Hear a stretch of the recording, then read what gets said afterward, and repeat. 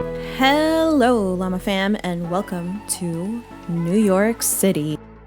The city that is always moving, never sleeps, and is always on.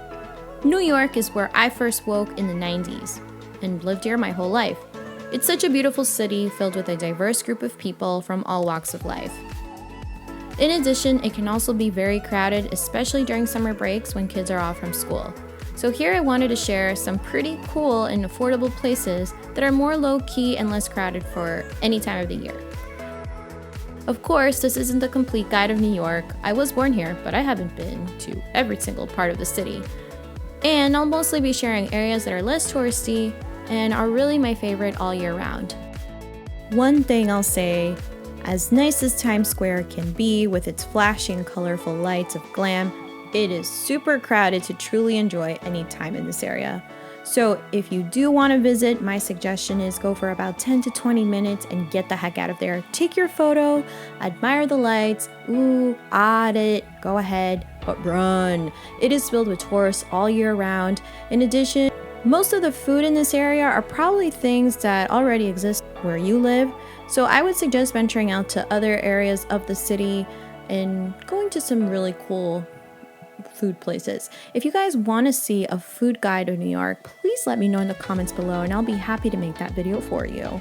Fastest way around the city is by taking New York City transportation, which is the bus or the train. I don't suggest driving in Manhattan as there is mostly traffic and parking can be expensive in the city. So make sure you've got your Metro cards handy. One great thing about New York is our speedy Metro service. I've been to other places and I feel like ours is definitely the fastest. Okay, now moving on to calmer areas of New York City. Parks. Parks are a great way to escape the New York City noise, especially during summer, but you can also go during fall and spring. Some parks I really enjoy to find some peace and quiet are Battery Park. I really love coming here because it is one of my favorites and great for you guys who have children. Battery Park is in the south end of the city, close to Wall Street, and not as crowded as other areas in Manhattan.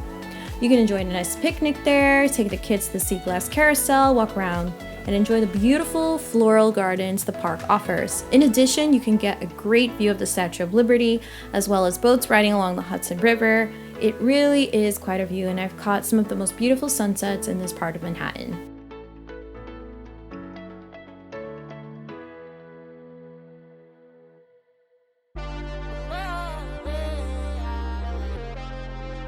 Other things close around the south end of Manhattan are the South Street Seaport, the helipads.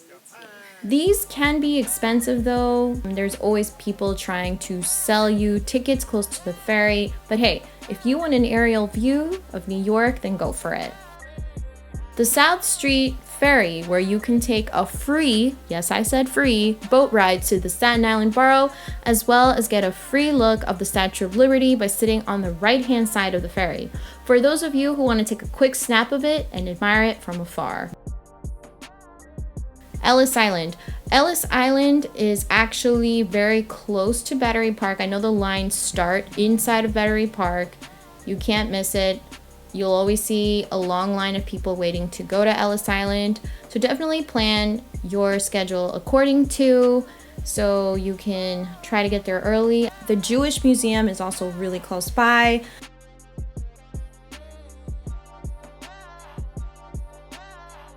The Native American Museum is a 10-minute walk from the South Street Ferry. And it's free. I've never gone inside, but I know other friends that have gone and they told me that it is a very cool museum and it's free, guys. The best things in life are free, so make sure you guys check that out. Of course, you'll also hear of the famous Central Park that stretches from Central Park South, 59th Street to Central Park North, 110th Street. I'll share with you guys some of my favorite areas in Central Park. The first one I'm going to mention is definitely a must-see if you are here in New York, which is Belvedere Castle, which is up north around 89th Street, and it is one of my favorite places to go shoot, explore, and you get some really cool top views of Central Park. A friend actually took me here, and I didn't know we had a castle for years until I was like 20. So it's beautiful hidden gem where you can take some really cool pics. And like I said, I've even done some of my YouTube videos here. Around this castle is also a wide open space for picnics. Also, there's always artists ready to draw your cartoon version of yourself. There's little turtles swimming about on the lake closest to the castle. You'll usually find this definitely around the summertime and springtime. You can even see a cool puppeteer theater around this area. If you just walk around, you'll definitely find it. The Romeo and Juliet statue. Some other really cool Central Park finds are the Alice in Wonderland statue, which is located on East 74th Street. It can get a little crowded, so my suggestion is try to get there as early as possible to do some really cool shoots. It's Alice in Wonderland and I love fairy tales, hence why I love parks, because they all remind me of fairy tales and magic. Magic! If you go a little further up, you can also find the Shakespeare Garden, which is also on East 79th Street. So Alice in Wonderland statue is East 74th Street, Shakespeare Garden is East 79th Street. I've also done some cool shoots here. If you step outside Central Park, you'll also see the Natural History Museum, which is a paid by donation if you live in the tri-state area. Just bring your ID showing you live within the tri-state area and you can pay a donation. But if you're visiting, please check the prices out online. Some other areas I really love going to and have explored with friends is Chinatown and the Soho area. Chinatown is pretty crowded, so my recommendation is you go there early. You can get some pretty affordable New York City souvenirs here. I would get them here because you can always negotiate prices with some vendors. It is not as crowded as Times Square, but you get to check out cool places like Elizabeth Center for any anime lovers. They sell really cute knicks and knacks here, so definitely check it out.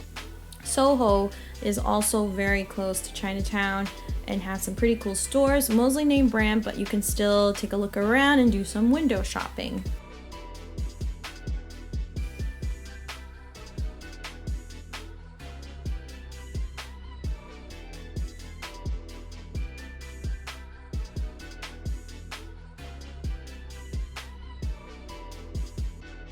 Another place that I really recommend you guys check out and I really love is the High Line, which is a very cool walking area where you can get really great views of the city. And something I wanted to share is that it's close to the meatpacking district. It's quaint, it's relaxing. And if you go on a Tuesday, you can catch a glimpse of the celestial night sky of Jupiter, Saturn, the Sun, and Moon through high-powered telescopes from members of the Amateur Astronomers Association. Check it out while you can, as their event ends on October 29th. And this event is free. That's right, I said free. So if you want to check out some cool celestial planets, definitely go on a Tuesday and check out the High Line, and they definitely have lots of food areas. You can sit down, catch a really nice view of the city, just relax. Honestly, I'm all about the relaxing chill vibe, so that's why I'm recommending these places to you in New York. So guys, that was my affordable guide to New York City. I hope you guys enjoyed that. Let me know if you guys want me to make other videos like this on my channel. I'll definitely put them on my list of projects that I'm going to do. And I'll see you guys on my next video. Bye, llamas!